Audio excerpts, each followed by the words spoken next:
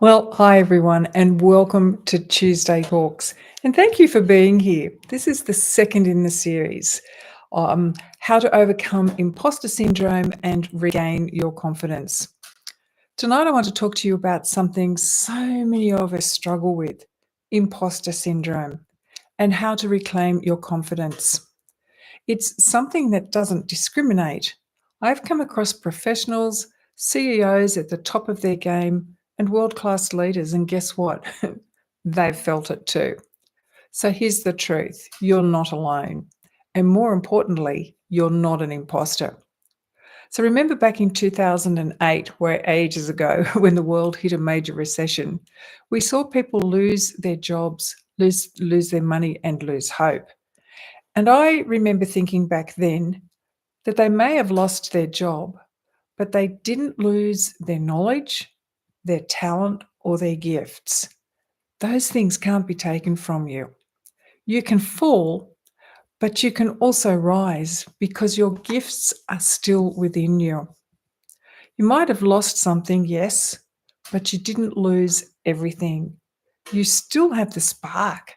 And that's why I'm here to share the message that by shifting your mindset, your life will follow. To remind you that your gift is still very much alive and needed in the world. When we move from the me to we, when we use our talents to serve others, we step into our purpose. And with purpose comes confidence, clarity, and a deeper sense of self. I've used the adversities I've faced as fuel, and you can do the same. Today, I'm going to share with you how to go from chaos to confidence, because confidence is not about never feeling fear. It's about having the tools to keep going despite the fear. And here's a perspective shift. Would you want to go into surgery with a doctor who said, I think I'm okay at this? No, you want the surgeon who says, I've got you. I'm the best at what I do. And that's the energy I want you to carry into any room you enter. So, confidence isn't arrogance, it's alignment. And one of the biggest shifts I teach is to move from willpower to why power. When you're connected to your purpose, your why, you don't have to force it. It flows. That's when confidence becomes natural because you're anchored in meaning. We build businesses with a mission. Yet, how often do we live life without one? Your why becomes your anchor. When imposter system syndrome creeps in, return to that anchor. Let it steady you.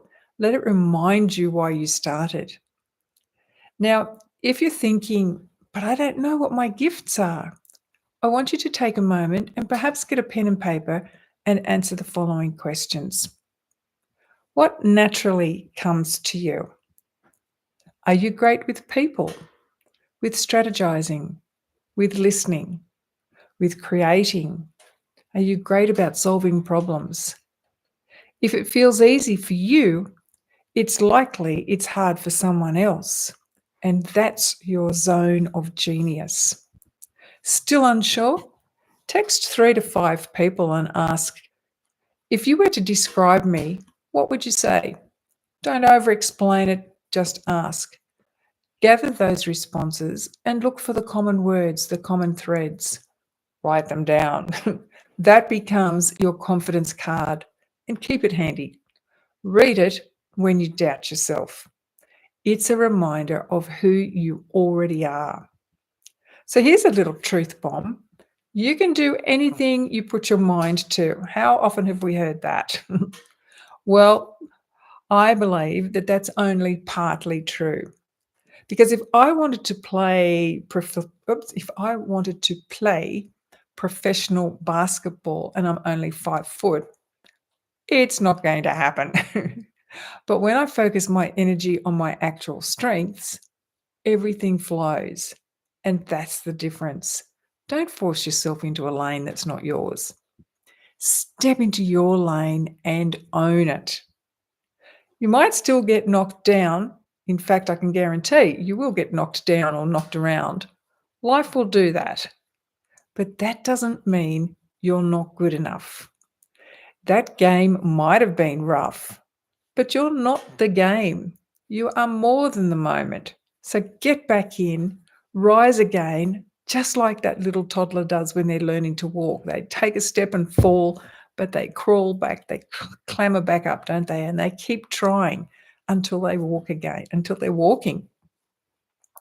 So if something excites you, if you feel pulled toward it, go for it. Try it. Risk it.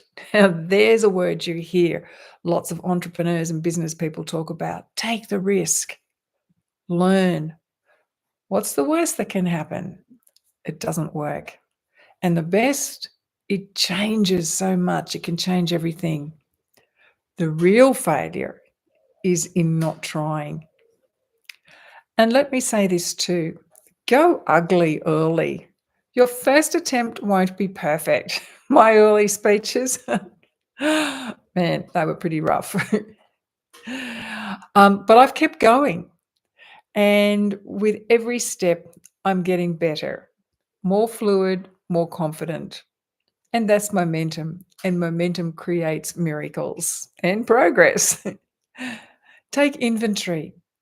Where have you hesitated before and regretted it? Where did you say yes and it changed your life?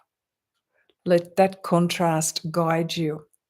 Life is for living boldly, for living unapologetically on your terms, not for sleepwalking. Surround yourself with your personal board of directors.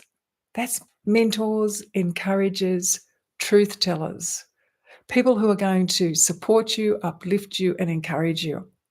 Ask them questions. Reach out. Most people do want to help.